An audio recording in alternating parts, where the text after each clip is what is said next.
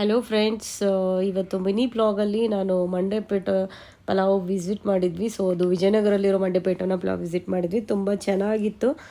So ನೋಡೋಣ ಬನ್ನಿ ಹಾಗಾದರೆ ಏನೇನು ತಿಂದ್ವಿ ಅಂತ. ಫಸ್ಟಿಗೆ ಹೋದ ತಕ್ಷಣ ನಾವು ಕಾಲ್ ಸೂಪ್ ಆರ್ಡ್ರ್ ಮಾಡಿದ್ವಿ. ಅದು ಸಖತ್ತಾಗಿತ್ತು. ಸ್ವಲ್ಪ ಸ್ಪೈಸಿ ಇದೆ ಅಂದ್ಬಿಟ್ರೆ ಟೇಸ್ಟ್ ವೈಸ್ ಚೆನ್ನಾಗಿತ್ತು. ಸೊ ಗ್ರಿಲ್ ಚಿಕನ್ ಆರ್ಡರ್ ಮಾಡಿದ್ವಿ, ಅದು ಸಖತ್ತಾಗಿತ್ತು. ಬಟ್ ಸ್ವಲ್ಪ ನನಗೆ ಹಾರ್ಡ್ ಅನ್ನಿಸ್ತು.